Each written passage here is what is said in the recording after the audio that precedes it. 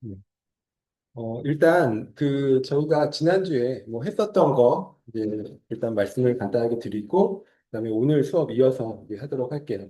그럼 저희가 이제 사실상 지난주가 첫 수업이었잖아요. 저희가 첫 수업에 이제 했었던 내용이 뭐였냐면요. 일단 우리가 부동산 3법은 이제 민법에 대해서 이제 공부를 하는 것이고요. 이제 민법이라는 것은 이제 사람과 사람 사이의 사적인 개인과 개인의 그런 관계를 규율하는 법을 민법이라고 했습니다. 그래서 처음에 말씀드린 것이 이제 호의 관계라는 것과 법률 관계를 구별하는 것이었어요. 그러니까 사람과 사람 사이의 모든 관계가 우리가 민법에서 다루는 것은 아니고 이 중에서 이제 법률 관계에 대해서만 우리가 민법에서 규율을 합니다. 그러니까 호의 관계라는 것은 뭐, 뭐 우리가 이제 쉽게 얘기하면 뭐 사적으로 뭐 내가 오늘 시험을 보는데 볼펜을 빌려주겠다 뭐 이런 약속을 할 수도 있잖아요. 근데 만약에 내가 볼펜을 빌려주기로 했는데 안 빌려줬다라고 했을 때 그럼 이것을 뭐 빌려 받기로 한 사람이 이걸 뭐 소송을 걸어서 뭐 손해배상을 청구하거나 뭐 아니면 이행을 강제하는 강제집행을 뭐 청구하거나 이런 걸 할 수 있느냐. 우리가 상식적으로 이런 거는 좀 그렇죠. 물론 이제 약속을 안 지키긴 했지만 이런 것을 법적으로 강제한다라는 것은 조금 이제 맞지 않죠. 그래서 이제 그런 것들을 이제 뭉뚱그려서 우리가 호의 관계다라고 그냥 크게 얘기를 하고요. 그래서 일단 이 호의 관계는 우리가 법적으로 다루지 않는 영역입니다. 그래서 우리는 이 사람과 사람 사이의 관계 중에 민법에서는 이 법률 관계, 법적으로 의미가 있는 이런 관계들에 대해서 이제 다루게 되는 것이고요. 여기서 말하는 법률 관계는 다르게 얘기하면 권리와 의무 관계예요. 우리가 권리가 있다 또는 어떤 의무가 있다라고 할 때 이 권리와 의무는 법적인 권리와 의무죠. 그래서 예를 들어서 의무가 있다, 법적인 의무가 있다라고 하면 이걸 반드시 지켜야 됩니다. 그리고 지키지 못했을 때에는 뭐 상대방이 손해배상을 청구할 수도 있고 또는 이행을 강제하는 뭐 강제집행이나 이런 것들 또 신청을 할 수도 있어요. 그래서 이 법률 관계는 권리와 의무 관계라고 얘기할 수 있고 결국 우리가 민법에서 다루는 부분은 이 영역입니다. 그러니까 사람과 사람 사이의 사적인 관계 영역 중에 권리와 의무를 엮여져 있는 이런 법률 관계를 다루는 것이고요. 그래서 이제 그 다음에 나오는 이제 우리가 배운 개념이 뭐냐면 법률 요건과 법률 효과였어요. 우리가 모든 법은 요건과 효과로 이제 구분한다. 라고 말씀드렸습니다. 그래서 뭐 예를 들어서 형법이라고 하면 뭐 타인을 살해한 자는 뭐 징역 얼마에 처한다, 뭐 어떤 뭐 사형에 처한다, 이런 이렇게 법이 구성이 돼 있잖아요. 그럼 여기서 이제 타인을 살해했다, 이런 것들이 요건에 해당하는 것이고, 그에 대한 효과로 뭐 규정이 나오는, 그게 이제 형법의 규정이죠. 그러니까는 민법에서도 똑같이 이렇게 요건과 효과로 구별해 볼 수 있습니다. 그러니까 민법, 형법뿐만이 아니라 모든 사실 국가의 법 체계는 가만히 읽어보면 요건과 효과로 이제 나눠져 있거든요. 그때 이제 그 중에서 민법에서 얘기하는 요건과 효과를 특별히 법률 요건, 법률 효과 이렇게 부르고요. 여기서 말하는 법률 효과가 이 권리, 의무의 발생입니다. 즉 권리의 변동 이렇게 표현을 하는데요. 그러니까 두 사람 사이에서 아무런 관계가 없었던 법적으로 아무런 관계가 없었던 두 사람 사이에서 어떤 권리 의무 관계가 발생하고 또 내용이 변경되고 뭐 있었던 관계가 소멸하고 이런 것들을 변동이라고 하잖아요. 그러니까 이 권리 의무의 변동, 권리의 변동이 여기서 말하는 민법에서 얘기하는 효과예요. 법적 효과, 법률 효과라고 얘기를 하고 그럼 요건은 이런 권리의 변동을 야기하는 원인이죠. 여러 가지 원인들을 우리가 법률 요건이다라고 정의합니다. 그럼 두 사람 사이에서 어떤 권리 의무가 생긴다, 뭐 소멸한다, 어쨌든 권리 의무가 새로 생긴다라고 하면 그에 대한 요건은 즉 원인은 굉장히 다양한 것이 있어요. 내가 지나가는 사람 누구를 때려서 그 사람이 뭐 상처를 받았다. 뭐 상해를 입었다라고 하면 그 사람은 나에게 치료비에 상응하는 손해배상을 청구할 수가 있겠죠. 그럼 권리가 생기는 거죠. 그게 이제 호의관계가 아니잖아요. 그러니까 그런 법적인 권리, 그리고 나는 치료비를 물어줘야 되는 법적인 의무가 생깁니다. 그러니까 그런 법률 효과가 생긴 거죠. 근데 그때의 원인은 뭐냐면 내가 누구를 때렸다라는 거예요. 내가 누구를 때렸다. 그럼 그런 것을 우리가 불법행위라고 하고요. 그러니까 그런 불법행위를 통해서도 이 법적 효과, 법률 효과가 발생할 수 있어요. 권리 변동이라는 법률 효과가 발생할 수 있고, 또는 뭐 사건이라고 해서 뭐 사람이 사망했다, 뭐 이런 것들이 사건이죠. 그런 사건을 통해서도 어떤 사람 사이의 권리가 변동될 수가 있습니다. 어떤 사람이 사망하면 그에 따라서 상속에 관한 권리가 생기잖아요. 권리 의무가 생기듯이 그런 식으로 불법행위라든지 사건들이 여기서 말하는 법률 요건이 될 수가 있어요. 근데 이제 그것보다 더 중요한 것은 우리가 이제 사적인 관계는 사적인 관계를 이제 민법에서 규율한다라고 했는데, 이 민법을 지배하는 가장 중요한 원칙이 우리가 사적 자치 원칙이라고 했거든요. 사적 자치. 그러니까 사적 자치라는 것은 사람과 사람 사이의 사적인 관계는 그냥 당사자가 알아서 정한다. 이런 뜻이죠. 알아서 정한다. 그래서 이 여러 가지 권리 의무의 변동에서도 가장 중요한 요건은 당사자가 알아서 정하는 거예요. 그러니까 두 사람 사이에서 어떤 권리 의무가 생긴다라고 했을 때 이게 불법행위라든지 어떤 사건을 통해서 이런 권리 의무가 생길 수도 있지만 가장 중요한 거는 어 우리가 민법에서 다루는 가장 중요한 것은 그냥 당사자가 합의해서 당사자가 약속을 통해서 권리 의무 관계가 생기는 것. 이런 요건을 가장 중요한 법률 요건으로 보고 우리가 그것을 법적으로 그냥 법률 행위 이렇게 정의를 합니다. 그래서 우리가 지난 시간에 배운 것처럼 법률 행위라는 것은 그냥 당사자의 의사 표시를 뭐 필수 불가결의 요소로 하는 뭐 법률 요건이다. 이렇게 정의를 하거든요. 그래서 이 법률 행위가 이루어졌을 때 당사자 사이에서 법률 효과, 즉 권리의 변동이라는 것이 생겨요. 근데 이제 우리가 살아가면서 법률 행위라는 것은 거의 뭐 잘 사용을 안 하잖아요. 되게 낯선 사실 그런 용어죠. 그래서 제가 이제 항상 수업 때 말씀드리는 것은 이 법률 행위를 그냥 계약이다. 우리가 잘 아는 매매 계약, 임대차 계약 이런 계약으로 바꿔서 읽으시면 훨씬 더 이해가 쉽습니다. 결국 이 구조가 뭐냐면 계약, 매매 계약, 임대차 계약과 같은 계약이 법률 요건으로서 이루어졌을 때 그에 대한 효과로 당사자 사이에서 권리가 새로 생기거나 변경되거나 소멸, 없어지거나 하는 결과가 나타난다. 이런 뜻이에요. 그러면 이제 우리가 이제 구체적으로 이번 학기 동안에 배우는 내용의 반은 딱 이겁니다. 그러니까 법률 행위, 다르게 얘기하면 계약이라고 했어요. 그러니까 계약이 이루어졌을 때 이게 결국 권리의 변동이라는 법적 효과가 발생하잖아요. 근데 이게 여기까지 가는 과정 중에 두 가지 관문을 거쳐야 된다라고 했습니다. 그러니까 첫 번째 관문은 성립 요건이라는 것이 있어요. 즉 계약이 성립 요건을 갖춰야 일단 계약이 성립했다라고 보고요. 그리고 이제 그 다음에 두 번째 요건은 효력 요건이라는 것이 있어요. 즉 계약이 성립 요건을 갖추고 효력 요건이라는 것까지 갖춰야 비로소 당사자 사이에서 권리의 변동이라는 법률 효과가 이제 온전하게 생길 수가 있어요. 그래서 이제 우리는 이제 이번 민법 총칙 수업에서 사법원 수업에서는 이제 절반 정도는 그럼 성립 요건이 무엇인지 그리고 구체적으로 효력 요건들이 어떤 것들이 있는지 이런 것들을 배울 겁니다. 그래서 여기서 하자가 있으면 정상적으로 효력을 발생시키지 않고요. 하자가 있다 그러면 뭐 무효가 되거나 뭐 취소할 수 있는 행위가 되거나 그렇게 결과가 됩니다. 그래서 이제 지난번에 우리가 공부했어요. 성립 요건이 세 가지가 있다라고 했습니다. 첫 번째는 당사자, 그다음에 두 번째 목적, 세 번째가 의사표시예요. 그러니까 예를 들어서 매매 계약을 체결했다. 뭐 매매 계약서를 체결했다라 하더라도 매매 계약의 당사자는 매도인과 매수인이잖아요. 근데 매도인이 누구고 매수인이 누군지를 정하지 않고 매매 계약을 썼다라고 하면 여기서 해당이 안 되는 거죠. 그러니까 성립 요건을 갖추지 못하는 것입니다. 그런 계약은 계약서는 썼지만 성립하지 않는 거예요. 그럼 계약이 성립하지 않았다 그러면 기회를 볼 것도 없이 이 효과는 발생하지 않습니다. 그리고 만약에 매매 계약에서 매도인이 누군지, 매수인이 누군지를 썼어요. 근데 구체적으로 그 매매 계약의 목적을 정하지 않았다. 그러니까 계약의 목적이라 하면 구체적으로 어떤 물건을 뭐 얼마에 사고 판다, 뭐 매매 대금은 얼마로 하고 어떤 부동산은 어떤 걸 사고 판다, 뭐 이런 것들을 목적으로 정해야 되잖아요. 근데 이제 그런 것들을 정하지 않았다라고 하면 또 성립 요건을 갖추지 못하는 거죠.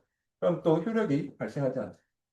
그다음에 세 번째로는 우리가 계약이나 법률 행위는 당사자의 의사표시를 필수 불가결의 요소로 한다라고 했잖아요. 그러니까 매도인이나 매수인의 의사표시가 그 내용에 들어가지 않는 그런 계약은 애초에 성립하지 않는 것으로 볼 수밖에 없어요. 그래서 일단 당사자, 목적, 의사표시라는 이 세 가지 요건을 갖췄을 때, 성립 요건을 갖췄을 때, 일단 이 부분은, 이 단계는, 첫 번째 단계는 통과를 합니다. 근데 이제 두 번째 단계가 있어요. 그게 이제 이 당사자, 목적, 의사표시, 요 성립 요건 각각마다 짝을 이루는 효력 요건들이 있습니다. 그래서 당사자와 관련된 효력 요건으로는 세 가지가 있어요. 첫 번째로 권리 능력이 있을 것. 두 번째로 의사 능력이 있을 것. 세 번째로 행위 능력이 있을 것입니다. 우리가 지난 시간에 여기까지 봤었어요. 권리 능력. 그러니까 권리 능력이라는 것은 권리를 가질 수 있는 지위나 자격을 뜻하고요. 이런 권리 능력은 실제로 내가 권리를 갖고 있는지를 따지는 게 아니라 권리를 가질 수 있다. 이런 뜻이에요. 가질 수 있다. 근데 권리의 능력, 즉 권리를 가질 수 있는 지위나 자격은 있지만 뭐 실제로 내가 재산이나 권리가 없을 수도 있죠. 그렇지만 권리 능력은 누구나 공평하게 있습니다. 모든 사람이 네, 네, 감사합니다. 네. 모든 사람이 권리 능력은 똑같이 갖고 있어요. 평등하게. 뭐 재벌이든 뭐 그냥 가난한 사람이든 거지든 권리 능력은 똑같이 갖는데 그 시기가 정해져 있죠. 지난 시간에 공부한 것처럼 출생 시점부터 사망 시점까지만. 그러니까 즉 살아있는 사람만 권리 능력을 갖습니다. 살아있는 사람. 그래서 그럼 출생 시점을 그럼 뭐 언제부터 봐야 될 것이냐? 뭐 진통설, 뭐 노출, 일부 노출설, 전부 노출설 뭐 이런 거 우리가 잠깐 했었잖아요. 근데 우리가 민법상으로는 권리 능력의 그 처음에 즉 태아를 벗어나서 살아있는 사람으로서 권리 능력을 갖는 시기는 민법에서는 뭐 전부 노출설 뭐 이렇게 얘기를 했어요. 물론 형법에서는 이제 살인과 낙태를 구별하는 기준이 뭐 진통설이다 뭐 이렇게 우리가 얘기를 했었죠. 어쨌든 그런 기준에 따라서 출생을 하고 출생 시점부터 사람이 권리 능력이 있고요. 그 다음에 이제 사망 시점까지만 권리 능력을 갖습니다. 그러니까 아무리 재산이 많은 분이라 하더라도 뭐 재벌 회장님이라도 사망 시점부터는 더 이상 권리 능력이 없어지는 거죠. 그래서 뭐 이 사망 시점에 대해서도 뭐 지난 시간에 뇌사설, 심폐기능 정지설 뭐 이런 것들을 얘기를 했잖아요. 그러니까 심폐기능이 정지해야 사망으로 보는 그런 학설이 있고 이 일반론이죠. 일반론이고 그게 아니라 심폐기능이 살아있다 하더라도 뇌 기능이 정지하면 뇌사를 인정하고 뇌 기능이 정지하면 사망한 것을 봐야 된다. 이런 견해도 있어요. 근데 이제 뇌 기능이 정지하는 뇌사설을 취하는 견해는 이게 장기 이식이나 뭐 이런 것들을 활성화하기 위해서 사실 이제 그렇게 하는 거죠. 근데 이게 사실 우리 그 좀 사회 관념상 심폐기능이 뛰고 있는데 뇌 기능이 정지했다고 해서 이걸 사망으로 판정하기에는 조금 이제 그런 이제 도덕적인 그런 문제가 있잖아요. 그래서 뭐 장기 이식이나 뭐 이런 거로 이제 제한적으로만 뇌사를 인정하는 뭐 그런 특별법도 있습니다. 근데 전 세계적으로는 좀 뇌사를 좀 확대해서 인정하는 뭐 그런 추세에 있다라고 합니다. 하여튼 이제 그런 기준으로 사망 시점을 정하고요.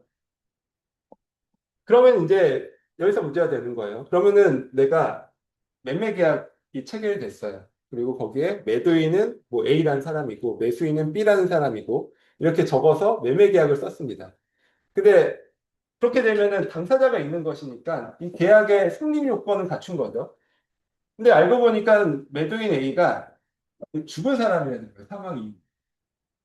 그럼 사망 이후의 자가 매매계약의 당사자로서 계약을 쓰고 이제 도장을 찍었다는 얘기죠. 그럼 거기서 이 효력 요건에서 문제가 생기잖아요. 권리 능력이 있어야 되는데 권리 능력이 없는 자가 당사자로서 계약을 체결했습니다. 그럼 이제 하자가 생긴 거죠. 효력 요건을 못 갖춘 것입니다. 그럼 이랬을 때 효력 요건을 갖추지 못했다라고 했을 때 두 가지 중에 하나야. 무효가 되거나 아니면 취소할 수 있는 행위가 됩니다. 근데 이런 경우는 우리가 법적으로는 굉장히 중대한 하자다라고 보기 때문에 사망한 사람이 이런 계약, 당사자로서 계약을 체결할 그런 경우에는, 즉 권리 능력이 없는 경우에는 무효, 계약이 이제 무효라고 보고 있습니다. 음, 그렇죠. 계약이 무효다. 그러니까 법률행위 무효 사유를 보고 있어요. 권리 능력이 없는 경우. 그 다음에 이제 두 번째는 이제 의사 능력이 없는 경우, 또 행위 능력이 제한되는 경우, 이런 경우들이 있거든요. 이런 거는 우리가 이제 PT를 보면서 또 설명을 드리도록 할게요.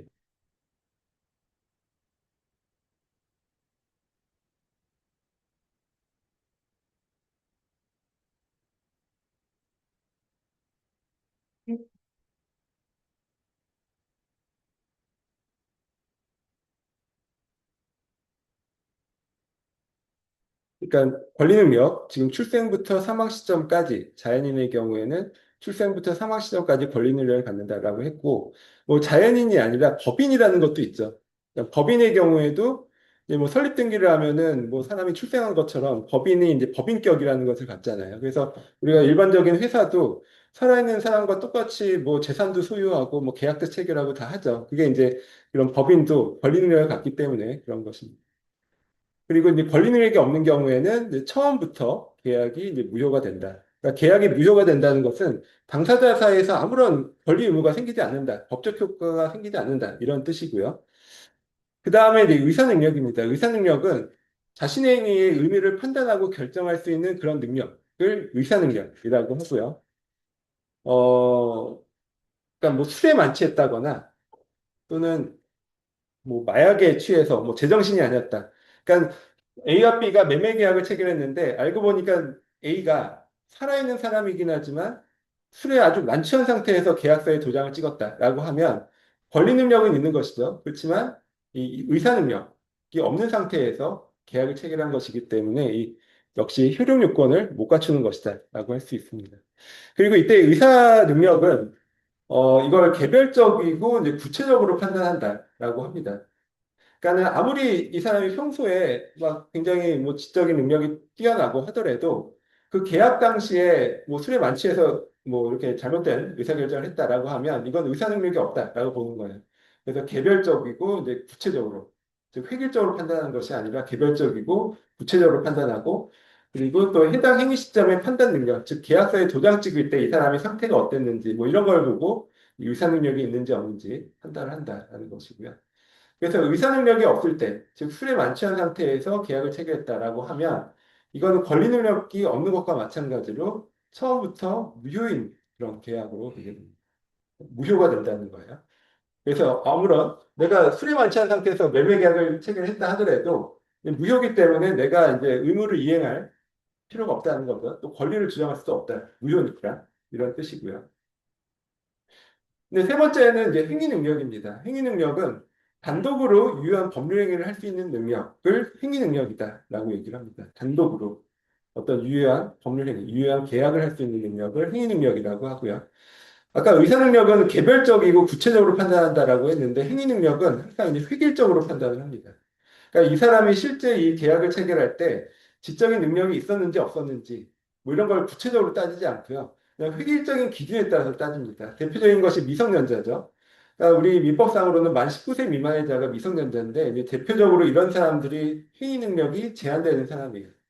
그래서 경우에 따라서는 미성년자지만 어른보다 더 똑똑한 애들이 있을 수 있거든요. 그렇지만 그런 걸 따지지 않고 획일적으로 얘가 나이가 만 19세 미만이면 그냥 행위 능력이 제한되는 것을 봅니다. 그래서 효력 요건에 하자가 생긴 거예요. 이런 미성년자가 부모의 동의 없이 또는 부모가 대리하지 않고 미성년자가 단독으로 자기가 계약을 체결했다. 그러면 이제 그 계약에 효력 요건을 갖추지 못해서 계약에 이제 하자가 생기는 것이고요. 또 이제 우리 법적 용어로 피한정 후견인, 피성년 후견인 이런 것이 있어요. 근데 이게 이제 예전에는 이게 한정치산자, 금치산자 이렇게 불렀거든요. 그래서 아마 우리가 지금도 그냥 한정치산자, 금치산자가 훨씬 더 익숙한 그런 개념이에요. 근데 이게 이제 법이 바뀌면서 사실 우리가 조금 오히려 익숙하지 않은 그런 개념으로 바뀌었습니다. 피한정 후견인, 피성년 후견이 바뀌었는데 피한정 후견인은 그냥 우리가 얘기 전에 얘기하는 한정치산자라고 보시면 되고 피성년 후견인은 이게 이제 금치산자라고 보시면 됩니다. 그러니까 이게 차이가 뭔지는 대충 아시잖아요, 우리가. 그러니까 금치산자라는 것은 상당히 그 지적 능력이 떨어지는 경우예요. 그 한정치산자는 약간 떨어지는 정도고 금치산자는 아주 많이 떨어지는 뭐 그렇게 우리가 구별을 할 수가 있습니다. 그래서 우리가 법적으로는 미성년자와 한정치산자, 즉 피한정 후견인은 거의 같이 취급을 해요.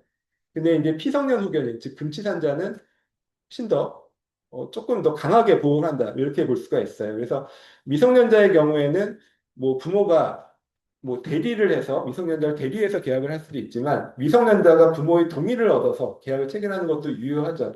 그러니까 한정치산자도 마찬가지입니다. 그러니까 후견인이 있죠. 한정치산자 같은 경우에는 후견인이 있는데 후견인의 동의를 얻으면 한정치산자, 즉 피한정 후견인이 뭐 계약을 체결할 수도 있어요. 유효하게. 근데 피성년 후견인, 즉 금치산자는 굉장히 그 상태가 안 좋다라고 보기 때문에 동의를 얻어서도 계약을 체결할 수가 없습니다. 그러니까 반드시 후견인이 대리를 해야지 유효한 계약을 체결할 수가 있어요. 그런 점이 이제 좀 다른 것이고요. 그래서 결국 이런 것들은 어, 획일적으로 결정한다. 즉, 한정치산자나 금치산자의 경우에도 실제로 계약을 체결하거나 어떤 행위를 할 때 굉장히 멀쩡할 수도 있거든요. 근데 멀쩡하더라도 그런 걸 이제 따지지 않는다는 거죠. 이 사람들이 이제 한정치산이나 금치산이라는 것은 법원에서 결정하는 거잖아요. 우리 가족이 이런 거를 이제 통보를 신청을 하면 법원에서 뭐 여러 가지 자료를 봤을 때, 이 사람은 좀 혼자 단독으로 뭘 하기 어렵다. 성인이지만. 그런 경우에는 뭐 한정치산을 선고해 준다거나, 뭐 금치산, 그러니까 피성년 후에는 선고를 해 줍니다. 그럼 이게 법원에서 나중에 이게 그 취소가 되기 전까지는 아무리 이 사람이 제정신으로 돌아왔다 하더라도 이분들은 그냥 행위 능력이 제한되는 사람들이에요. 그래서 우리 그, 뭐, 사실 이게 한정치산이라든지 금치산, 뭐 이런 것들은 우리가 보통 보면은 주위에서 흔히 보지 못하잖아요. 그러니까 아버지가 조금 뭐 치매가 있다 해서 뭐 금치산 선고를 받고 이런 경우는 흔치 않아요. 되게 흔치 않은데 보통은 이게 이제 뭐 있는 집에서 많이 이제 이런 것들이 있거든요. 그러니까는 예를 들어서 아버지가 고령의 아버님이 지금 혼자 계신데 갑자기 맨 할머니랑 사귀기 시작한다라고 하면 자식들이 제일 먼저 생각하는 게 큰일 났다 생각을 하겠죠. 우리 아버지가 재산이 많은데, 갑자기 할머니한테, 그래서 이제 그때 보통 많이 생각하는 게, 그러면은 우리 아버님을 뭐 한정치산이라든지 금치산을 받고, 그냥 편하게 그냥 연애를 하시도록, 뭐 이런 생각을 하는 경우가 많고, 실제로 그게 많이 이루어져요. 그래서 우리나라에서도 뭐 최근에도 뭐 롯데그룹의 그 돌아가신 회장님 같은 경우에도 한정치산 선고를 받았죠. 그것도 이제 자식들 간에 뭐 내부적인 다툼이 생겨서 한정치산 선고를 받은 케이스가 있고 그리고 우리 또 국가적으로도 우리나라에서 제일 유명한 금치산자가 있었어요. 피성년 후견인 지금 돌아가신 분인데 그분도 이제 재벌 쪽 관계된 분이에요. 혹시 누군지 아세요?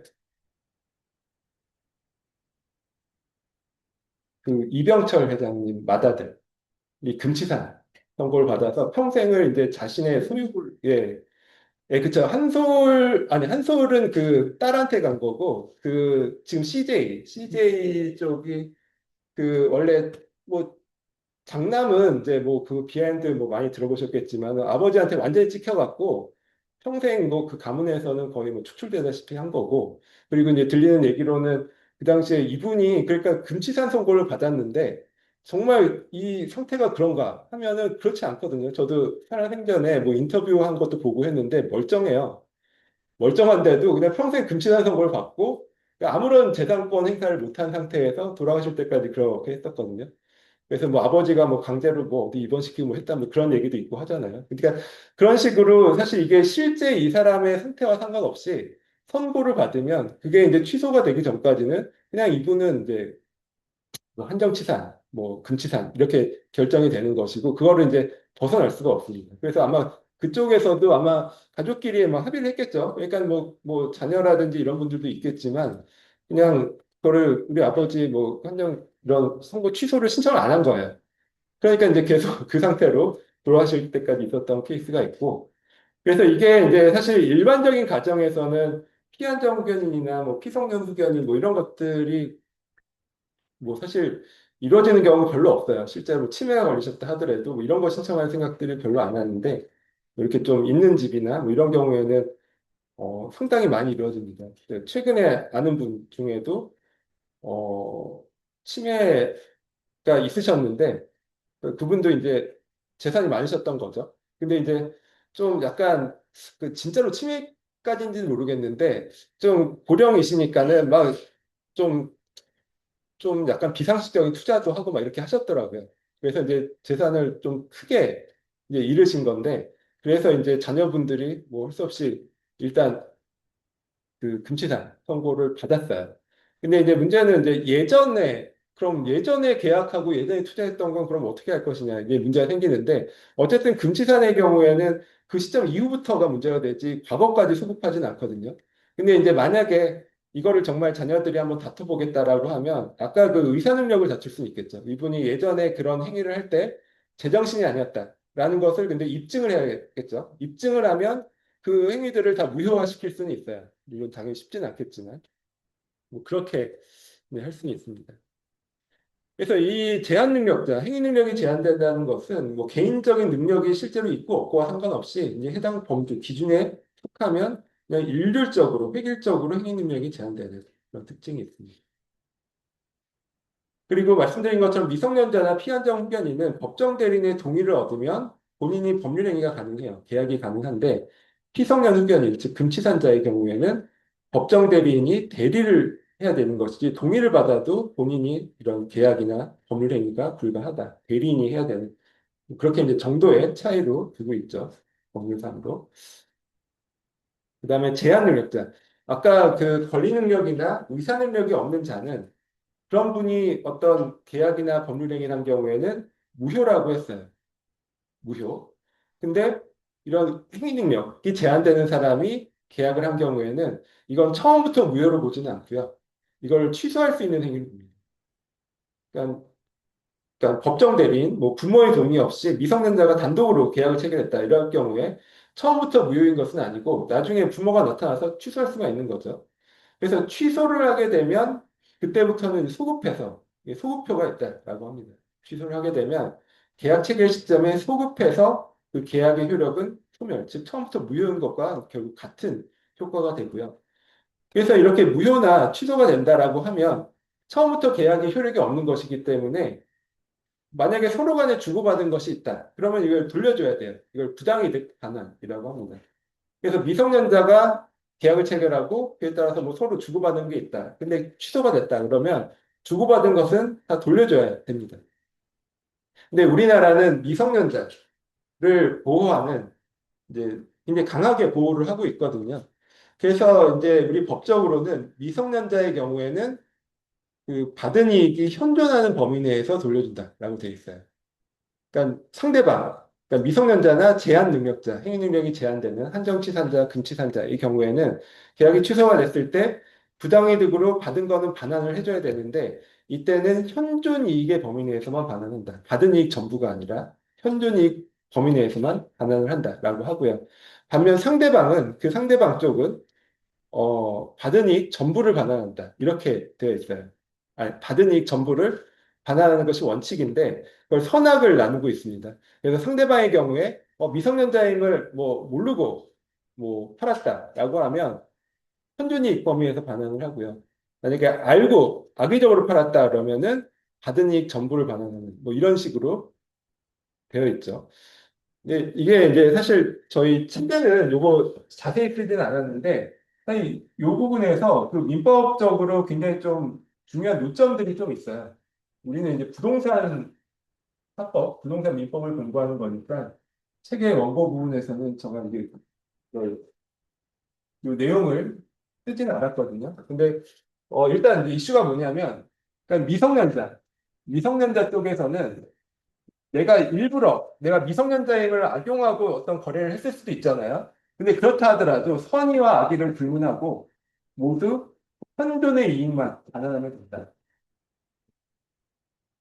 반면 그 상대방 쪽에서는 선악의를 나눠서 선의인 경우에는 현존 이익을 반환하는데 만약에 상대방이 미성년자임을 알고 뭐 거래를 했다라고 하면 이런 경우에는 받은 이익 전부, 현존하든 말든 받은 이익 전부를 반환한다. 이렇게 이제 법적으로는 이렇게 나와 있습니다. 근데 이때 현존 이익을 우리 판례에서는 뭐 예를 들어서 내가 돈을 받아서 거래를 통해서 돈을 받아서 생활비나 뭐 학비나 뭐 월세 이런 걸로 지출했다라고 하면 이런 것은 현존 이익에 현존하는 이익으로 봐요.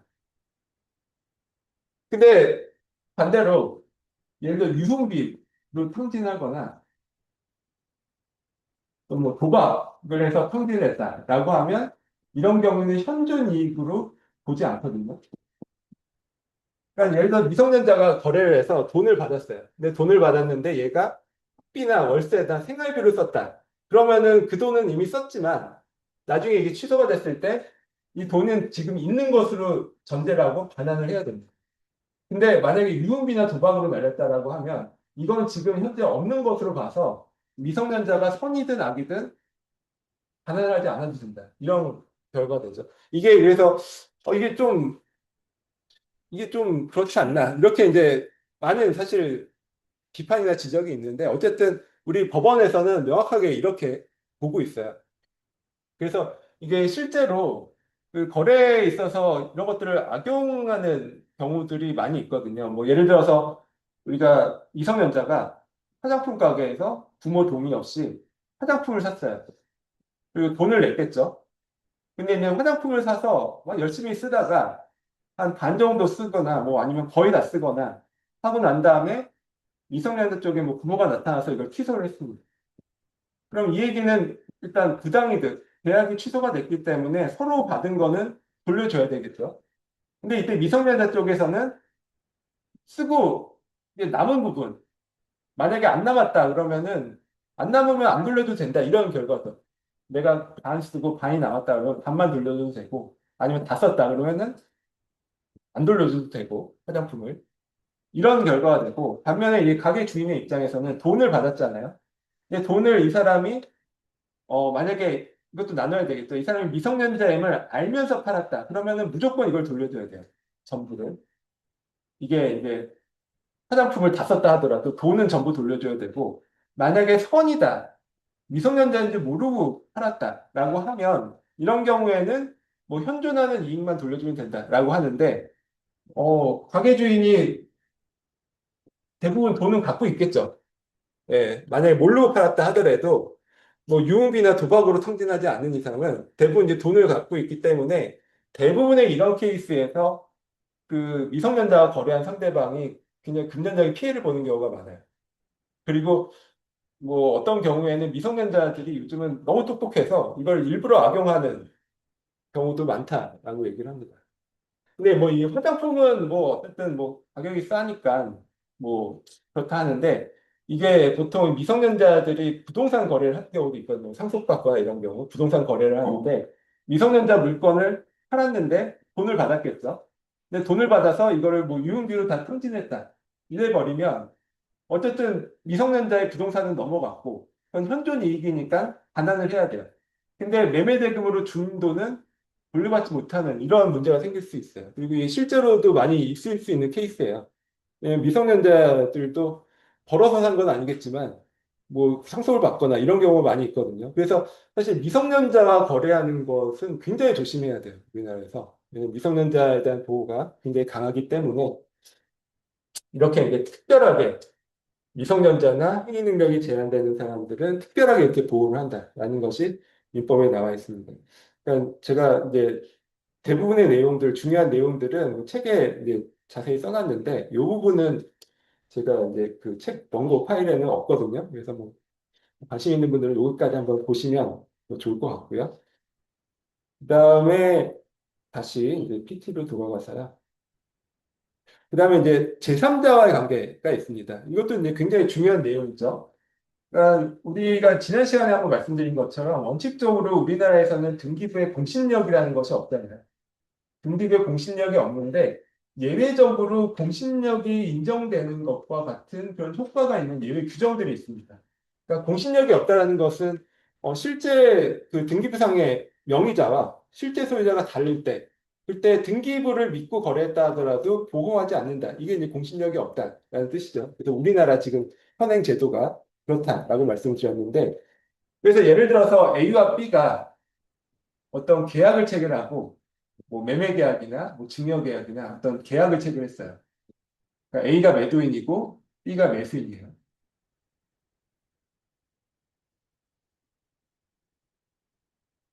그래서 이제 A가 B한테 등기까지 이전을 했습니다.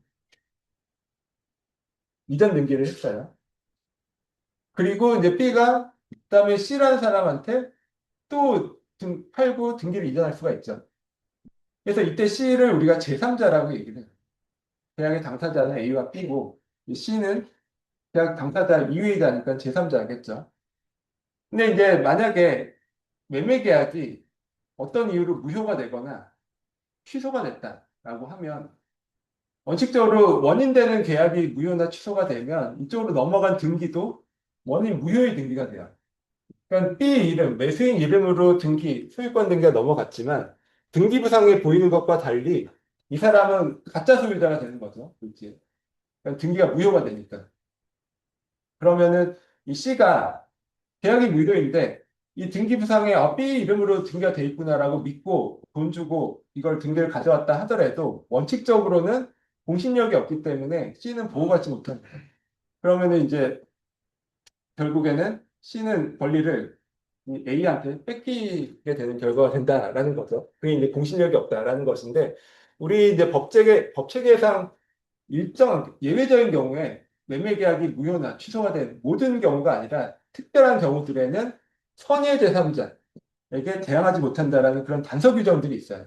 그러니까 그런 게 있을 경우에는 이 경우에 C는 보호를 받습니다. 선의의 제3자에게는 대항하지 못한다. 즉, 무효와 취소를 선의의 제3자에게는 대항하지 못한다라고 규정이 되어 있으면 보호를 받는데, 그 중에 이 행위 능력이 제한되는 경우는 여기에 해당이 되지 않아요. 그러니까 이걸 절대적 효력이라고 합니다.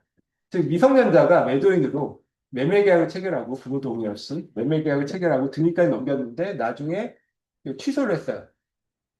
근데 이 C는 등기를 믿고 선의로 계약을 하고 등기까지 가져온 자예요.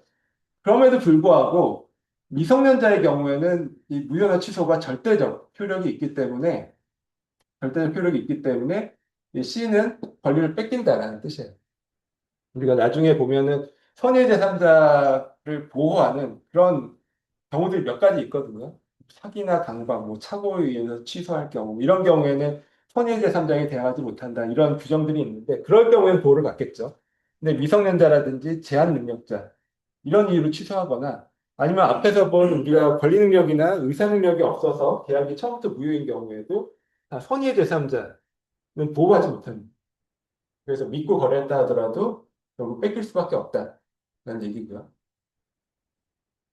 그런 게 이제 절대적 효력에 관한 내용입니다.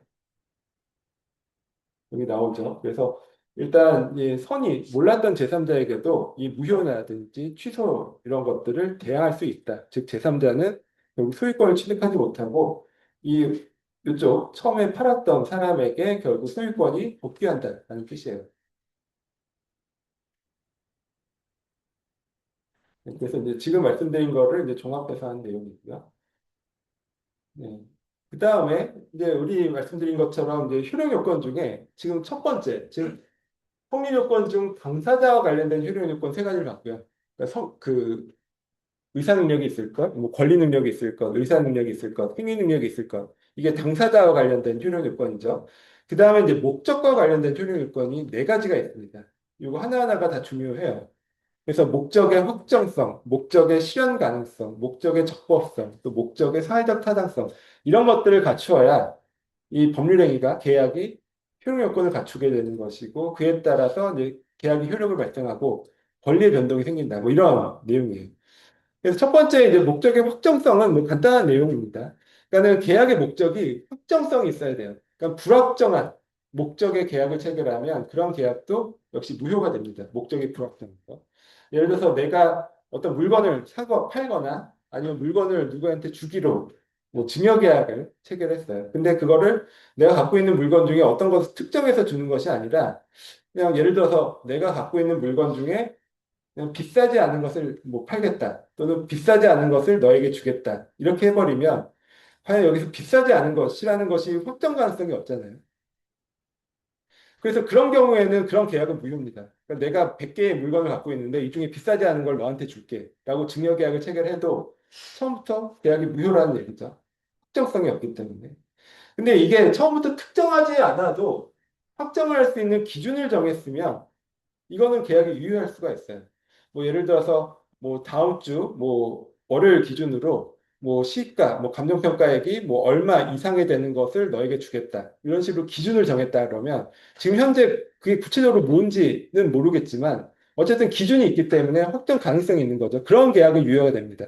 그러니까 이게 유효냐 무효냐가 굉장히 중요한 거죠. 왜냐하면 무효가 되면 이게 법적으로 의미가 없기 때문에 서로 간에 권리 의무라는 것이 생기지 않죠.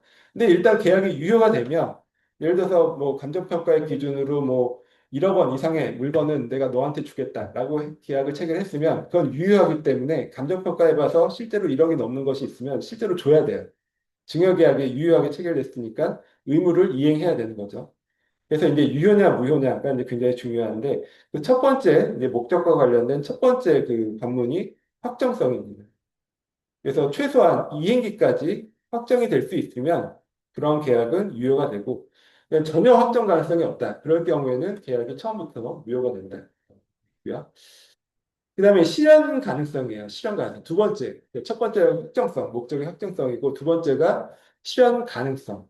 즉 가능한 계약, 가능한 목적의 계약을 체결해야 그 계약이 유효하다라는 것이고 불가능한 그러니까 불가능한 목적의 계약을 체결하면 그런 계약은 무효가 됩니다.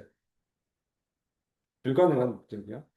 그럼 여기서 일단 처음에 중요한 게 그럼 가능한 건 뭐고 불가능한 건 무엇인지 그 기준을 정해야 되겠죠. 그러니까 우리가 처음에 이제 생각할 수 있는 것은 물리적인 기준이에요. 그러니까 물리적으로 이행이 가능한지, 물리적으로 불가능한지 이런 걸 따져볼 수가 있을 거예요. 그래서 우리가 많이 예로 드는 것이 어떤 목조 주택, 그러니까 나무로 된 집을 사고 팔았는데 나무로 된 그 집이 불에 타서 없어졌다라고 하면 이건 누가 봐도 불가능한 거죠. 물리적으로 이제 불가능해요. 그 주택의 소유권 이전하는 것이 불가능하기 때문에 이 목적의 가능성에 이제 위반하는 것이고 그런 계약은 무효가 됩니다. 그래서 이제 그런 것은 이제 명확한데, 근데 우리는 이제 법적으로는 판례에서는 이걸 좀 넓게 봐요. 그러니까 물리적으로 불가능한 것뿐만이 아니라 사회관념적으로 불가능한 것까지도 불능인 것을 봅니다. 그래서 예를 들어서 이런 거죠. 뭐 한강에서 우리가 뭐 배 타고 가다가 반지를 떨어뜨렸어요. 뭐 또는 동해바다에 배 타고 가다가 내가 뭐 결혼 반지를 떨어뜨렸습니다. 그래서 이게 되게 중요한 거기 때문에 어떤 잠수부하고 계약을 해요. 그래서 이 반지를 찾아주면 내가 얼마를 주겠다. 뭐 이런 식으로 계약을 체결하고 뭐 도장 찍고 했어요. 근데 이 잠수부가 그럼 들어가서 이제 찾아야 되는데 안 찾는 거예요. 물에 안 들어갑니다. 그랬을 때 그럼 내가 이 사람한테 이행을 강제할 수 있느냐 또는 손해배상을 청구할 수 있느냐 할 수 있을까요? 그게 일단 계약이 유효인지 무효인지를 따져야 되잖아요. 그러니까 계약이 유효라면 상수부가 나하고 계약하고 약속하고 했는데 그걸 이행을 안 하고 있으면 내가 이행을 강제할 수가 있겠죠. 계약이 유효라면 법적인 권리가 생기니까. 됐을 때만이 네? 가능하다. 네? 계약이 성립이 되었을 때만이 뭐 그쪽가 청구로도 뭐도 한다는 건데. 그러니까 일단은 계약은 성립했다고 보고요. 왜냐하면 성립 요건이 당사자 목적 의사표시 세 가지였잖아요. 그러니까는 그런 계약은 일단 성립을 한 것으로 보고 그 다음에 이게 과연 유효할 것이냐는 이제 효력 요건을 또 갖춰야 되겠죠. 근데 만약에 이게 단계별로 보는 거예요. 그러니까 이게 만약에 의사 능력이 없는 상태에서 그런 계약을 체결했다 그러면은 처음부터 무효예요. 더 따질 것도 없이. 근데 이게 전제는 살아있는 사람이 의사 능력도 있는 상태에서 또 미성년자도 아니고 정상적으로 계약을 했다. 그러면은 이 목적이 계약의 목적이 확정 가능하냐? 보면은 뭐 확정성이 없는 것도 아니잖아요. 불확정적이지 않고. 그러니까 이게 두 번째 걸리는 것이 가능성이에요. 가능성. 그러니까는 말씀드린 것처럼 가능한 목적이 가능한 계약은 유효하고 불가능한 계약은 무효입니다. 그럼 이렇게 한강이나 뭐 동해바다에 빠진 반지를 찾는 것이 우리가 어떻게 생각했을 때 물리적으로 불가능하진 않잖아요. 그러니까 물리적으로 불가능하진 않기 때문에 그럼 유효하다 보느냐? 하면 그렇지 않다. 왜냐하면은 그게 물리적으로는 불가능하지 않지만 사회관념상 바다에 빠진 반지를 찾는 게 사회관념적으로 불가능하죠. 그래서 이제 그렇게 보기 때문에 이러한 계약은 무효입니다. 그냥 무효가 돼요. 그래서 잠수부가 안 들어간다 하더라도 그걸 이행을 강제할 수가 없어요. 뭐 손해배상을 청구할 수도 없습니다. 왜냐하면 이건 무효인 계약이기 때문에. 그러니까 사회관념상. 물론 이제 정말 뭐 이게 들어가서 찾다 보면 혹시라도 찾을 수도 있을 것 같긴 한데, 뭐 그거는 우리가 사회관념적으로는 거의 있을 수 없다라고 보잖아요. 그러니까 사회관념상 불능이기 때문에 이제 무효로 보는 것이고, 근데 이것도 이제 경우에 따라 상대적이겠죠. 왜냐하면은 뭐 예를 들어서 뭐 어떤 수영장, 좀 넓은 수영장에서 내가 반지를 빠뜨렸다라고 하면 또 그거는 또 생각해보면 사회관념상 가능할 것도 같죠. 그러니까 그런 경우에는 또 유효한 계약이 될 수 있어요. 그렇죠. 그래서 일단 물리적인 가능성, 불능 여부뿐만이 아니라 사회관념상으로도 가능한지 불능한지를 따져보고요. 그래서 이렇게 한강에 빠진 반지를 찾는다라는 것은 물리적으로는 가능할지라도 사회관념상 불가능하기 때문에 이러한 계약은 무효하고 또 이제 법률적으로 불가능할 수도 있습니다. 뭐 예를 들어서 남의 그 돈을 빌리면서 담보를 제공하는데 계약을 동산, 그러니까 시계나 뭐 핸드폰 이런 동산을 담보로 주면서 뭐 저당권을 설정하기로 계약을 했다거나 뭐 이런 것들은 법적으로 우리가 불가능하죠. 왜냐하면 우리가 물권법 공부를 하시면 동산에 대해서는 질권을 설정하고 부동산에 대해서 저당권 설정하고 이렇게 짝이 되어 있잖아요. 근데 동산에 대해서 저당권 설정하는 것은 법적으로 이제 불가능합니다. 그래서 이런 계약도 결국 이제 무효다라고 볼 수가 있어요. 사실 사회 관념상 네, 아까 설명은 모르는데 네, 이게 관념이라고 하는 게 사실 네, 되게 무거하잖아요. 그쵸. 그냥 상식적으로 판단했을 때 그쵸. 그렇게 하면 된다. 상식적으로 판단이고 그 상식인지 아닌지 여부는 결국 판사가 판단을 하죠. 그러니까 이거는 이제 말씀드린 것처럼 이게 또 상대적일 수밖에 없는 게 뭐 한강이나 바다의 경우에는 이게 사회관념상 불가능하다고 누가 봐도 볼 수 있는데 이게 좀 범위를 좁혀서 뭐 수영장 이런 거는 가능하다고 보이겠죠. 근데 그 중간에 어느 부분이 있을 거잖아요. 근데 거기는 사실 그 부분은 누가 섣불리 판단하기 어려워요. 그러면 이제 결국 구체적인 그런 분쟁이 생겼을 때 뭐 법원에 이제 가면 판사님이 뭐 알아서 판단을 해주시겠죠. 네, 그렇게 이제 결정을 하게 됩니다. 네. 그다음에 그래서 이제 불가능한 그러니까 계약의 목적이 불가능한 경우에는 계약이 무효가 된다라고 했는데 이때 불능은 몇 가지 기준으로 나눠볼 수가 있어요. 그러니까 일단 시기적인 기준으로는 원시적 불능과 후발적 불능으로 나눠볼 수가 있어요. 그러니까 원시적이라는 뜻은 계약 체결 당시부터라는 뜻이에요. 계약 체결 당시 처음부터 불가능한 것을 원시적 불능이라고 얘기를 하고요. 후발적 불능은 계약을 체결할 때는 가능했어요. 근데 그 이후에 불가능하게 된 것을 후발적 불능이라고 합니다. 그리고 이제 객관적 불능, 주관적 불능 이렇게도 나누기도 합니다. 그러니까 객관적 불능이라는 것은 특정한 누구에게만 불가능한 것이 아니라 그냥 모두에게 다 불가능한 것을 객관적 불능이라고 하고요. 반면 주관적 불능은 어떤 특정한 사람에게만 불가능한 것을 우리가 주관적 불능 이렇게 얘기를 합니다.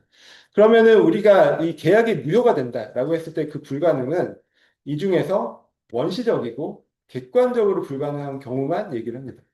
그러니까 계약 체결 당시부터 불가능하고 그것이 주관적으로만 불가능한 것이 아니라 모든 사람에게 다 똑같이 객관적으로 불가능할 때 이런 경우에만 그런 계약을 무효로 보고 있어요. 아까 말씀드린 예처럼요. 우리가 어떤 목조주택, 가옥을 이제 사고팔기로 했는데 이 주택이 계약 체결 시점을 기준으로 했을 때 그 전에 이미 불에 타서 없어진 주택이에요. 그럼 일단 이게 불가능한 거죠. 불가능한 건데, 이게 나눠보면, 일단 원시적 불능이죠. 계약 체결 당시부터 불가능하니까 원시적 불능이고, 그리고 이게 주관적 불능이냐 하면 그렇지 않죠. 이미 다 불에 타버렸으니까, 모두에게 이게 불가능한 것입니다. 채무 이행이 불가능한 것이죠. 객관적 불능입니다. 그래서 이런 경우에는 계약이 무효가 돼요. 그러니까 계약 체결 전에 이미 목적물이 멸실된 경우, 이런 경우에는 처음부터 그 계약은 당연 무효가 되고요. 그래서 계약이 무효가 됐으면 당사자 간에 어떠한 권리와 의무도 생기지 않습니다. 무효이기 때문에 그렇습니다. 그래서 원칙적으로는 이렇게 계약이 무효면 그걸로 이제 당사자 간의 관계는 끝나요. 무효라는 뜻 자체가 서로 간에 어떠한 권리 의무가 남지 않는다라는 뜻이잖아요. 근데 우리 채권법을 공부하시면 여기의 경우에 535조에서 계약 체결상의 과실 책임이라는 것을 규정해 놓고 있습니다. 이건 뭐 채권법에서 이제 공부를 하실 거예요. 그래서 특별히 이런 경우에는 무효이지만 예를 들어서 매도인이 내 집이 이미 뭐 불에 탔다라는 것을 알면서 팔았을 수 있죠. 그리고 매수인은 그런 거 모르고 샀을 수가 있어요. 그러니까 그런 요건들을 갖추면 그 매도인이 손해를 배상하도록 법에서 규정을 하고 있습니다. 이걸 계약 체결상의 과실 책임이라고 하고 이때 배상액을 이제 뭐 실내이익을 배상한다 뭐 이렇게 나와 있어요. 이거는 자세한 건 채권법에서 우리가 공부를 하실 거고요. 그래서 이렇게 원시적, 객관적 불능인 경우에만 그런 계약을 이제 무효로 한다. 그럼 그렇지 않은 경우, 뭐 대표적으로 원시적, 주관적 불능이 있겠죠. 그러니까 처음부터 계약 체결할 당시부터 불가능한 것이긴 한데 이게 객관적으로 지금 불에 타서 없어진 경우가 아니라 그냥 주관적으로만 불가능한 경우가 있어요. 대표적인 것이 이런 케이스입니다. 그러니까 A와 B가 어떤 집을 사고 팔기로 했어요. 근데 사실 알고 보니까 이 집이 소유자가 매도인 것이 아니라 제3자의 것이에요. 그러니까 매도인이랑 매수인이 매매 계약을 체결했는데 자기들과 하나도 상관이 없는 제3자의 집을 사고 팔기로 매매 계약을 체결했어요. 이것은 유효할까요, 무효할까요? 여기에 이제 대문짝만하게 유효라고 나와야 되니까 사실 질문이 의미가 없는데 사실 이게 이제 우리가 이걸 보지 않고 이게 유효냐 무효냐 물어보면 대부분 한 절반 이상의 분들은 당연히 무효다라고 생각을 해요. 왜냐하면 이게 내가 제3자의 비밀을 하는 거죠. 내가 집을 갖고 있는데 갑자기 엉뚱한 애들이 둘이서 내 집을 자기들끼리 사고 파는 거야. 이게 말이 되냐? 이런 생각이 되죠. 계약 자체는 유효. 그쵸. 근데 이제 그게 핵심이죠. 얘들이 소유권을 뭐 물권을 가져갈 수는 없지만 계약은 유효합니다. 그러니까 계약 채권 채무 관계는 유효할 수밖에 없어요. 그러니까 이게 이제 이해가 안 되시면 금융 상품 같은 거 생각해 보시면 돼요. 우리가 선물 옵션 거래라는 것도 생각해 보면 남의 물건을 거래하는 거거든요. 근데 남의 물건을 거래해도 다 유효하잖아요. 유효하니까 우리가 선물 옵션 거래를 하잖아요. 그러니까 사실 이것도 다를 바가 없어요. 그러니까는 물건은 배타성이 있지만 채권은 배타성이 없잖아요. 그러니까는 내가 전혀 엉뚱한 사람, 뭐 예를 들어서 내가 뭐 어떤 뭐 삼성그룹 회장님의 주택을 사고 팔기로 내 옆에 사람하고 계약을 체결했다. 이것도 당연히 유효한 거예요. 유효한데 내가 뭐 이행을 못 하겠죠. 근데 이제 유효하다는 의미는 그 만약에 처음부터 무효라고 하면 그냥 계약의 효력이 없는 것이기 때문에 내가 이행을 할 필요가 없고 뭐 손해를 배상할 필요가 없죠. 근데 이게 유효하다는 게 이제 포인트죠. 이런 제3자의 권리를 매매하는 것도 유효하기 때문에 이때 매도인은 이행을 해야 됩니다. 이행을 하려면 결국 그 원소유주한테 잘 사정을 해서 소유권을 넘겨받아서 넘겨주든지 해야 되겠죠. 근데 만약에 이걸 이행을 못한다 그러면 채무불이행 책임을 져야 되죠. 근데 이제 계약이 무효라면은 채무불이행 책임이라는 것이 성립할 수가 없어요. 계약이 무효면 그냥 끝나는 것이고, 근데 이게 계약이 유효하기 때문에 채무 불이행 책임이 생기고 그에 따라 손해배상도 청구할 수 있고 뭐 이렇게 이어지는 거거든요. 그래서 이런 타인 권리의 매매, 제3자가 타인 권리의 매매를 하는 것도 계약상으로는 유효하고 채권 채무가 유효하게 발생한다. 이게 이제 우리 일반적인 그 상식하고 좀 다른 그런 부분이라서 조금 이제 주의를 하실 필요가 있고요. 그 채권 채무 관계가 네. 충분히 되기 때문에 네. 그것 때문에 그게 계약이 유효하다. 이렇게 근데 이제 엄밀하게 얘기하면 계약이 유효하기 때문에 채권 채무가 유효하게 생긴다라고 보는 게 더 맞겠죠. 네. 네, 그쵸. 네, 계약이 성립이 돼야만이 네, 정리가 깔끔하게 되지. 계약이 성립이 안 되어버리면 네. 정리가 안 되는 전제를 바탕에 둔 것도 있는 그쵸. 그거를 이제 정확하게 우리가 법적으로 표현하자면 계약이 이제 유효하게 성립했다라는 걸 전제로 하는 거죠. 지금 성립이 되고, 그러니까 우리는 그냥 통상적으로 계약이 성립했다라고 하면 유효하게 성립했다라는 걸 포함하는 뜻으로 쓰잖아요. 근데 이제 법적으로는 어쨌든 성립 조건이 있고 효력 요건이 또 있어요. 그러니까는 성립 요건과 효력 요건을 다 거쳤을 때 이 계약이 유효하게 성립됐다라고 얘기를 하고 그에 따라서 권리 의무 관계가 생긴다라고 보시는 게 더 정확하다. 계약이 만약에 유효하지 않는다면 네, 사실은 그 사람이 이제 돈을 받았다고 해서 네, 그냥 안 갚아도 이제 집도 안 줘도 되고 그렇게 돼버릴 수가 있잖아. 계약이 무효라고 하면. 무효라면, 네. 그쵸. 돈을 받은 건 돌려줘야 되고, 네, 그걸 이제 그쵸. 부당이득 반환이라고 하죠. 네. 집은 어차피 남의 거니까 넘길 수 없었겠지만, 돈을 받았다라면 부당이득으로 반환을 해야 되겠죠. 네, 무효라면. 그렇죠. 네. 그래서 이게 어찌됐든 간에 유효이기 때문에 네. 그게 어찌됐든 간에 자기가 그걸 책임을 지고 그쵸. 네. 유효라는 뜻은 권리 의무, 채권 채무가 생긴다는 뜻이거든요. 계약이 유효라는 뜻은. 그래서, 네. 속인 대가도 치러야 성립이 돼야만 그 대가도 치러야되니까 무효면에 대가 치를 일이 없으니까 그렇게 그쵸. 무효라면은 적어도 민사적으로는 서로 간에 아무 의미가 없는 네. 관계예요. 네. 그래서 성립이 중요하다는 거. 네, 그쵸. 성립이 중요하다. 네, 성립 요건, 효력 요건 이런 것들이 중요하고 우리가 이제 민법에서 지금 이번 학기에 민법 총칙의 전반 부분은 다 이 내용이에요. 그러니까 계약이 무효냐 취소냐 이거 배우는 게 이제 한 학기에 반 가는 것이고 이제 뒷부분은 이제 대리라고 해서요. 이런 계약을 직접 하는 경우도 있지만 대리인을 통해서 하잖아요. 그러니까 뒤에 반은 대리에 관한 내용이고 크게 보면 우리가 민법 총칙에서 배우는 게 딱 이 두 가지입니다. 계약이 무효냐 취소냐 그리고 대리. 를 통해서 했을 때 계약의 효력이 어떻게 되느냐 뭐 이런 두 가지 공부를 한다라고 생각하시면 되고 그 중에서 이제 우리가 사실 이제 처음에도 말씀드렸지만 지금 이제 공부를 하는 것도 중요하지만 우리가 지금 여기가 어디를 지나고 있는지를 아는 게 되게 중요해요. 그러니까 주소 이게 지금 막 가지치기를 막 하고 있잖아요. 근데 지금 우리의 내용은 일단 계약이 성립하고 그다음에 효력 요건들을 이제 공부를 하고 있는데 그 중에서 당사자와 관련된 효력 요건들은 권리 능력, 의사 능력, 해임 능력들이 있고 일단 그거는 다 통과했다라는 걸 전제를 하는 거예요. 그럼 다 통과했으면 뭐 그걸로 끝이냐 하면 그렇지 않고 목적이 확정성이 있느냐 따지고 그다음에 목적이 확정성이 있으면 그다음에 보는 것이 목적이 실현 가능하냐. 그러니까 실현 가능성이 없다. 아까 얘기한 원시적 객관적 불능이다 하면 여기서 이제 무효로 끝납니다. 근데 여기서 이제 통과를 했다. 그러면 또 그다음에 또 봐야 돼요. 목적의 적법성, 목적의 사회적 타당성, 그다음에 또 의사표시와 관련된 효력 요건도 있거든요. 이런 것들을 차례차례 이제 공부를 하는 것이기 때문에 이거를 이제 사실 이제 중개사 시험 공부하실 때도 민법 공부 많이 하시잖아요. 근데 이거를 그냥 단순하게 그냥 암기식으로만 생각하시면은 이게 뭐 사실 밑도 끝도 없어요. 근데 이거를 체계를 잡아놓고 내가 지금 여기서 어떤 내용들이 지금 이 주소가 어디냐를 잘 보면서 하시면은 생각보다 이게 되게 이해하기가 쉬워요.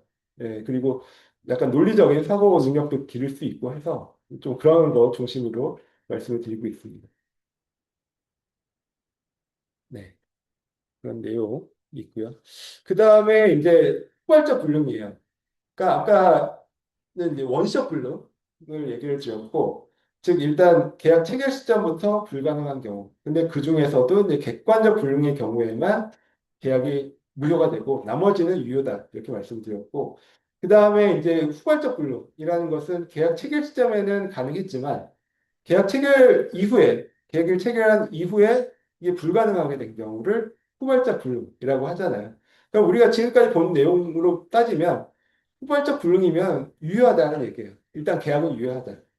이 얘기는 내가 어떤 주택, 가옥을 사고팔기로 했는데 계약을 체결할 때는 이게 멀쩡한 집이었어요.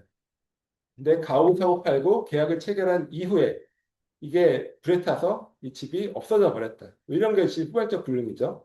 근데 이거는 일단 유효하다라고 했습니다. 유효하다는 얘기는 그에 따라서 매매 계약이 체결되면 매도인은 소유권을 이전할 의무가 있고 매수인은 대등지급 의무가 있잖아요. 그에 따라서 뭐 매수인과 매도인이 각각 서로 간에 권리 의무가 있는데 계약이 유효하기 때문에 이러한 권리 의무가 그대로 존재하는 것이에요. 유효하게 존재한다. 유효하게 발생한다라고 할 수가 있고 근데 이제 이 부분이 이거는 이제 나중에 채권법에서 우리가 공부를 합니다. 그러니까 여기서 조금 복잡한 부분이 있어요. 그러면은 이렇게 계약이 유효하다라고 해서 끝나는 것이 아니라 그럼 여기서는 또 갈라지는 부분이 있어요. 그러니까는 이렇게 계약이 체결된 이후에 후발적으로 불가능하게 된 원인이 무엇이냐. 생활해 보면 두 가지 경우가 있거든요. 그러니까 매매 계약을 한 이후에 불에 탔는데 첫 번째 경우는 매도자, 즉 채무자, 즉 소유권 이전 의무에 있어서 채무자죠, 매도인이. 즉 매도인의 고의나 과실로 불에 탔을 수가 있어요. 그리고 또 한 가지의 경우는 매도인의 고의나 과실이 아니라 뭐 천재지변이라든지 뭐 제3자가 방어했다거나 뭐 이런 경우로 불에 탔을 수가 있거든요. 이걸 채권법에서는 각각 다르게 취급을 합니다. 그러니까 첫 번째로 채무자의 귀책. 여기서 채무자라는 것은 이제 매도인을 뜻해요. 우리가 이제 미리 하나 말씀을 드리면 보통 이제 매매 계약을 체결하면 매도인은 즉 소유권 이전에 있어서는 매도인이 채무자죠.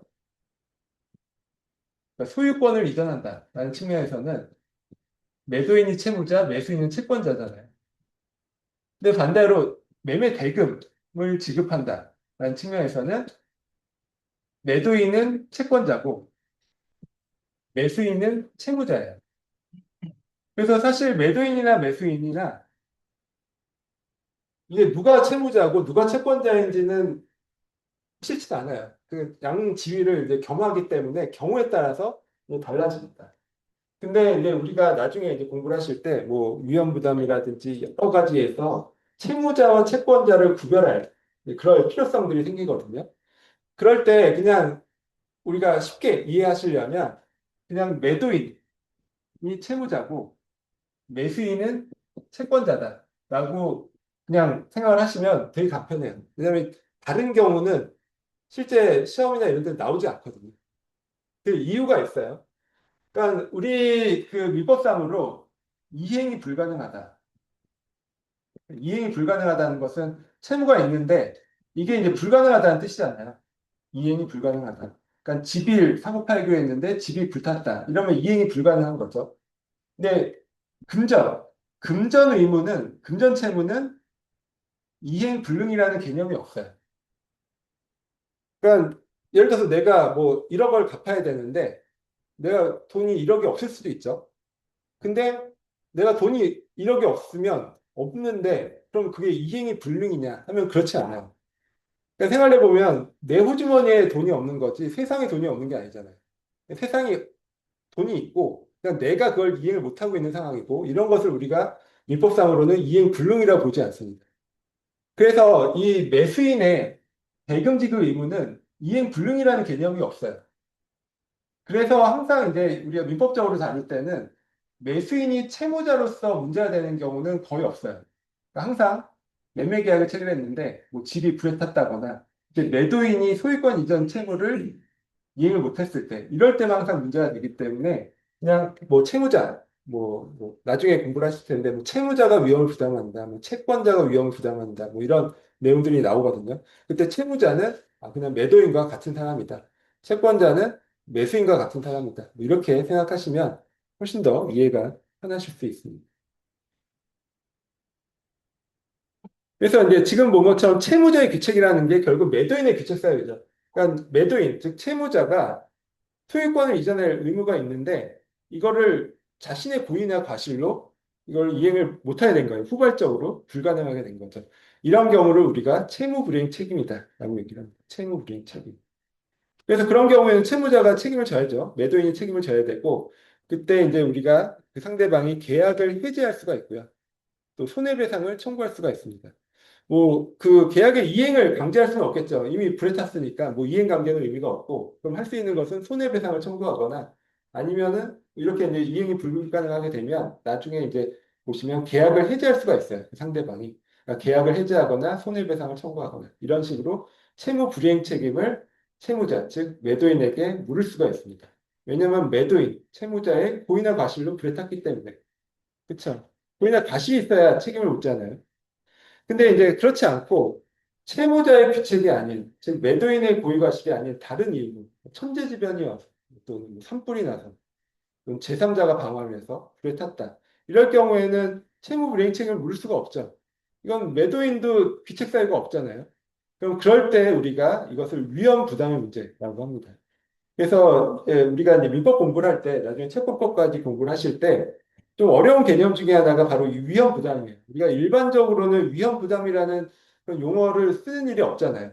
없는데, 민법에서는 꽤 중요하게 다루어집니다. 그래서 이제 이때 위험 부담이 이럴 때 발생한다라고 생각하시면 되고, 뭐 나중에 우리가 자세하게 공부를 하실 거예요. 위험 부담의 문제. 그래서 이제 이게 원칙적으로는 채무자, 즉 매도인이 위험을 부담하는데 경우에 따라서 이런 경우도 있을 수 있거든요. 매도인의 고의나 과실이 아닌데 반대로 매수인의 고의나 과실로 불에 탔을 수도 있어요. 그러니까 채권자, 매수인의 고의 과실로 불에 탔을 때는 채권자인 매수인이 뭐 위험을 부담한다. 뭐 이런 내용들이 이 부분에서 나와요. 조금 이제 그 부분은 어려운 내용인데 채권법에서 이제 공부를 하실 겁니다. 일단 여기서 이제 우리가 지금 민법 총칙 단계에서 알아두셔야 될 것은 계약의 목적이 불가능한 경우에는 무효가 되는데 그때 불가능이란 일단 물리적 불가능뿐만이 아니라 뭐 사회관념상 법률적 불가능을 다 포괄하는 개념이다. 그다음에 그때의 불가능의 기준 여러 가지 분류 중에 원시적, 객관적 불능의 경우에만 계약이 무효가 되는 것이고 뭐 원시적 주관적 불능, 즉 타인 권리를 매매한 경우에는 계약이 유효가 되고 또 그 밖에 이렇게 후관적 불능, 뭐 집을 사고 팔았는데 계약 체결 이후에 불에 탔다. 이런 후관적 불능의 경우에도 일단 계약은 유효한 것으로 보고 다만 후관적 불능의 경우에 경우를 나눠서 채무자, 즉 매도인의 고의나 과실, 귀책 사유로 불가능하게 된 경우에는 채무 불이행 책임이 발생하고 근데 매도인의 귀책 사유가 아닌 다른 이유로 불가능하게 된 경우에는 계약이 유효하되 위험 부담의 문제로 해결한다. 이렇게 이해를 하시면 되죠. 네. 네. 그래서 이제 우리가 이제 보통 얘기할 때 계약이 무효가 되거나 뭐 취소가 되면 채무불이행 책임이라는 것이 존재할 수가 없어요. 그러니까 일단 채무불이행 책임이라는 것은 일단 채무가 있는데 그걸 이행하지 않았다라는 거에 대해서 책임을 묻는 그런 뜻이잖아요.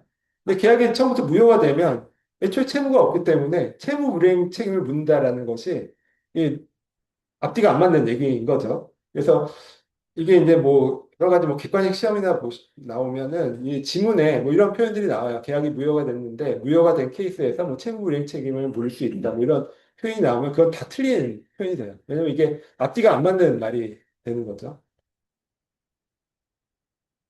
네, 그렇습니다. 그래서 목적의 이제 실현 가능성, 이제 효력 요건 중에 목적의 실현 가능성까지 봤고요. 우리가 다음 시간에는 목적의 적법성, 즉 계약을 체결했는데 목적이 법에 적합해야 계약이 유효하다라는 것이고, 계약의 목적이 법에 위반하는 것이면 이제 계약이 무효다 이런 뜻이에요. 물론 이제 거기에도 좀 디테일한 부분들이 있는데 그런 게 있고 또 그 다음에 법에 위반하지 않다 하더라도 사회 질서에 반하는 사회적 타당성이 없는 그런 목적의 계약은 또 무효가 될 수 있습니다. 뭐 여기 부분에도 굉장히 우리가 일상생활에서 이제 많이 볼 수 있는 그런 재밌는 사례들이 많이 나오는 부분이에요. 그래서 다음번에도 이제 사례 중심으로 좀 설명을 드리도록 하겠습니다. 그래서 오늘은 목적의 이제 확정성과 실현 가능성까지 살펴봤고요.